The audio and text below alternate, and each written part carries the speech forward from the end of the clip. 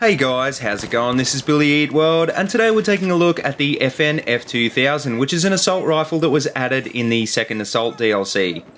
Now, as you guys probably remember, pretty much everyone jumped in and unlocked this gun straight away, but you know me, I very rarely play with what everyone else is playing with.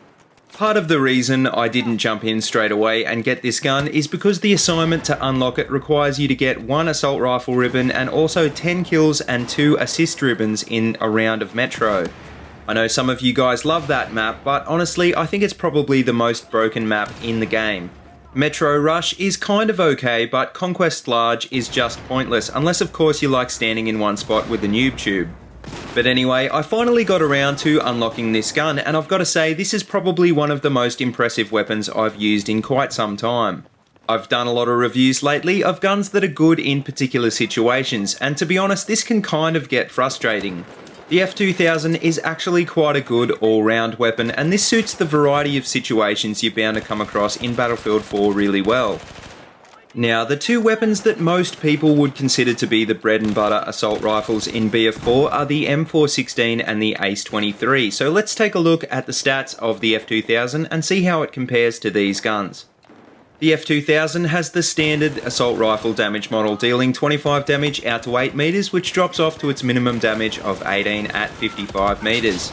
This translates into a 4 or 5 shot kill at close range and a 6 or 7 shot kill at long range. This gun also throws bullets downrange at a fairly fast 850 RPM, which is above average but not completely uncontrollable at long range. It's got a muzzle velocity of 600 meters per second, which isn't the best in the class, but it's definitely on the high end. This will make hitting moving targets much easier and will reduce bullet drop at long range. Now normally this is where I'd be telling you guys that to balance out all the good stats I've just mentioned, it's pretty hard to control, but this really isn't the case with the F2000.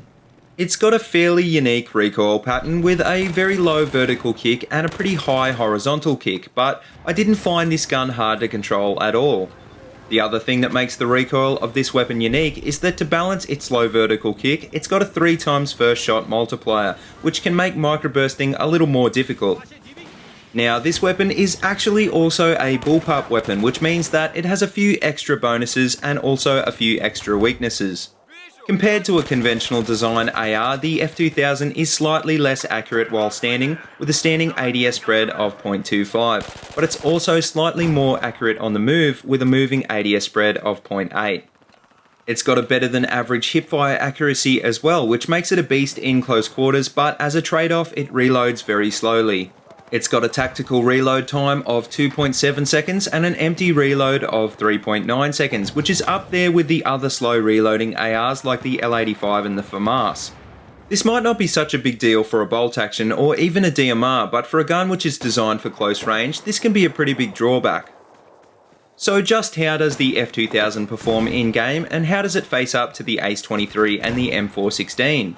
Well, this gun is a lot like the L85A2, which is a pretty decent alternative to the M416 and the ACE-23. While the F2000 has all the same bullpup characteristics, it fires a lot faster than the L85, which allows you to make better use of its tighter hipfire spread. The M416 and the ACE-23 are also both pretty easy to control, but also both fire a little bit slower. Now, all of these guns are pretty similar, so it's hard to say exactly which one is best, but in my opinion, the F2000 is much better suited for slightly shorter ranges, and the ACE and the M416 are a little bit better suited for mid-ranges. Assuming you pick the right one for the map that you're playing on, you can pretty much expect to be on top of the scoreboard if you're good enough to make it work for you. If you're not a very good player, these guns alone aren't going to get you to KDs of 4+, but they will help you out a lot. The one thing to watch with the F2000 though is that first shot recoil multiplier. I'd recommend that you don't microburst this gun, but rather try for a little bit longer bursts of maybe 6 to 7 bullets. If you fire this gun like this, you'll find that it's not that hard to control at all. But anyway, let's go over the attachments I'd recommend for this gun. Now, I played with pretty much every attachment available to this gun, and I can honestly say they all seem like sugarcoating to me. A lot of the streaks playing in the background of this video are from when I first started using this gun, and as you can see, even without a lot of attachments, it worked just fine. The first thing that most people would jump to start controlling with this gun would be that horizontal recoil. Now, while the horizontal kick is pretty bad, it's also fairly balanced, so it's not really drifting in one particular direction. Using a compensator to rein this in will also nerf your accuracy by a fair bit unless you're using the stubby grip to go along with it. This gun really doesn't need any more penalties to accuracy, so if you can get away without using the compensator, then you should probably do that. Being a bullpup, I really think it's worth making use of the better accuracy when moving and the better hipfire, so for most of these clips I was actually running with the ergo grip and the laser sight instead.